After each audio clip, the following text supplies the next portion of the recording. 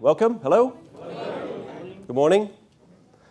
Wow, fantastic. Great. Thanks for coming over.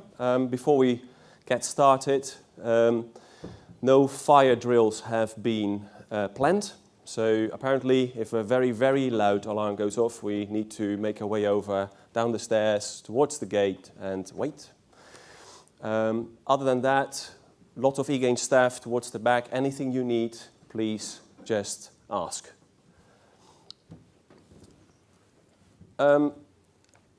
Before we go here, just a couple of high-level observations from my end. About 18 months ago, we saw most of you, and I think we had about half of the number of you here. So something absolutely remarkable in this short a space of time. So I really wanted to thank you.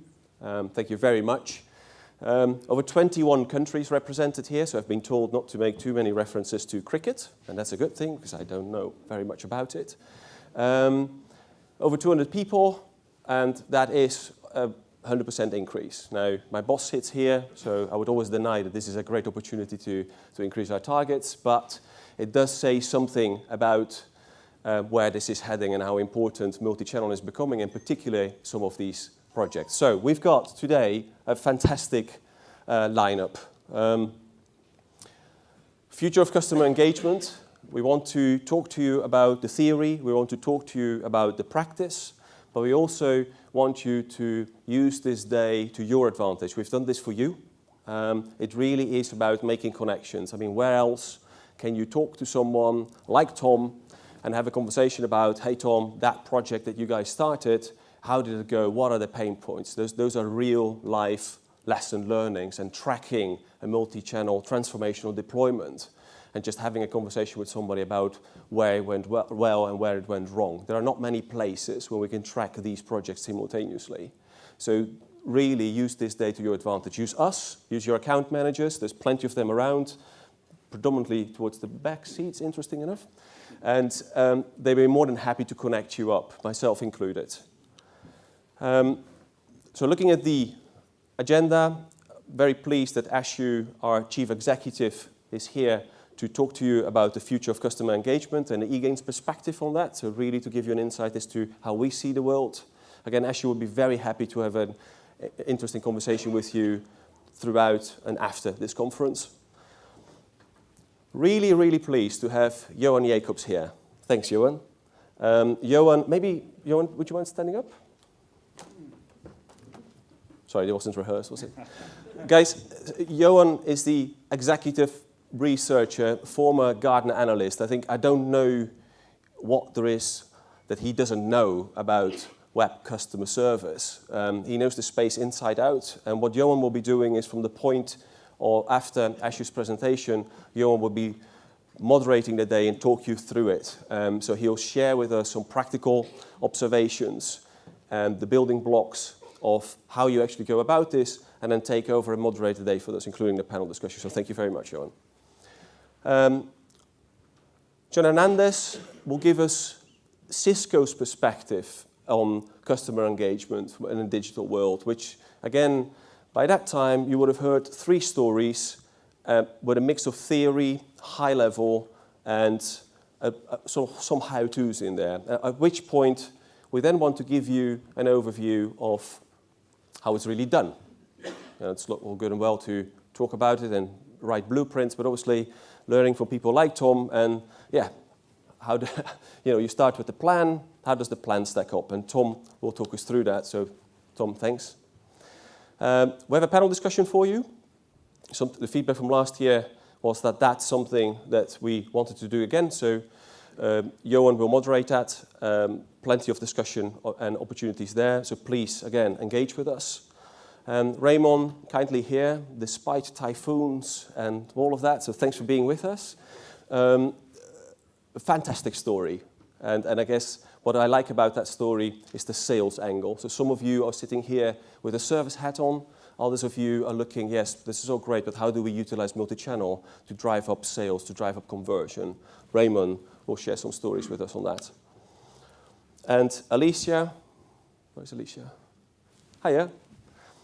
Will share with us the Disney experience, which is really nice. We're talking about branding and how you utilize your branding and ensure that there is a consistent brand ethos throughout your interaction. So thank you for being here.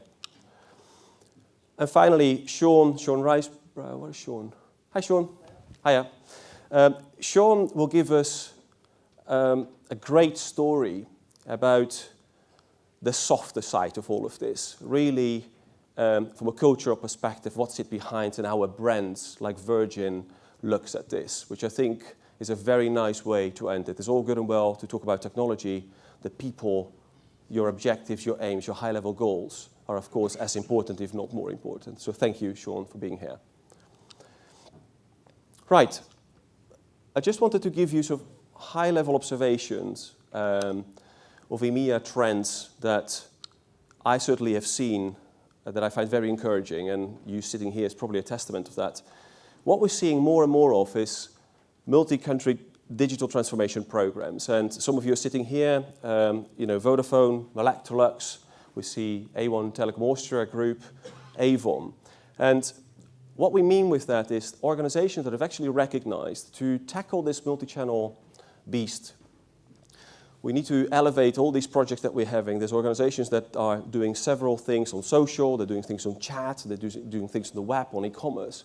But to really do something material with this, we need to see this as a transformational project. We need to appoint someone that manages these end-to-end and can communicate and has the authority to work cross departments and reports more often than not straight into the board.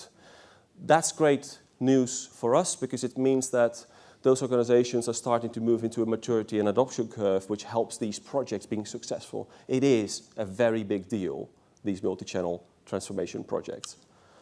Other things that we're seeing is that the retailers, and some of you are here, are leading the charge. When it comes down to multi-channel interaction, and particularly on the sales side, and particularly understanding what works well, what doesn't work well, just to say chat is not good enough anymore.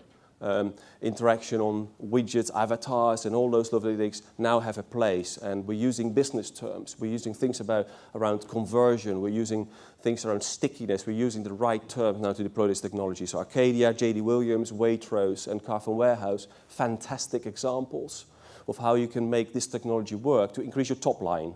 So now we're not talking about reducing costs anymore. We're now making money with technology, which is something that I am really, really proud to be part of because I find that a more interesting conversation. How do you make money out of this rather than how do we save costs? Another encouraging trend is that this is an area that we will be focusing on more and more and more is the financial services industry. Really starting to look at this in a more organized way. So where we saw traditionally a lot of noise around reputational damage, and we've heard all the banking news, we're probably slightly immune to it at this moment.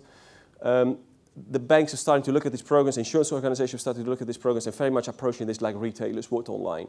And now sort of conversion, form completion, consistency in response have become very important programs. And they are programs. They're not 120 projects running, there's maybe one or two. Very encouraging, and some of you are sitting here with that as a backdrop. Something that we weren't sure how quickly it would develop in EMEA, but we're actually very pleasantly surprised. We know that cloud is a very, very big trend, a very big deal in the US. But we are actually very, very pleased to see that cloud is becoming a very big deal here in EMEA as well, and particularly so here in the UK.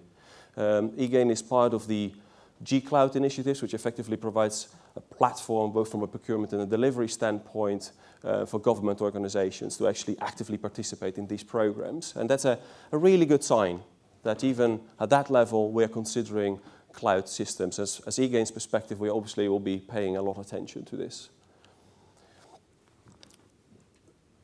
Something that is not easy to do is when you have a business that has a presence in some of the main markets, is to then try to cross-pollinate some of the success and connect stories across geographies because culture plays a role, languages play a part.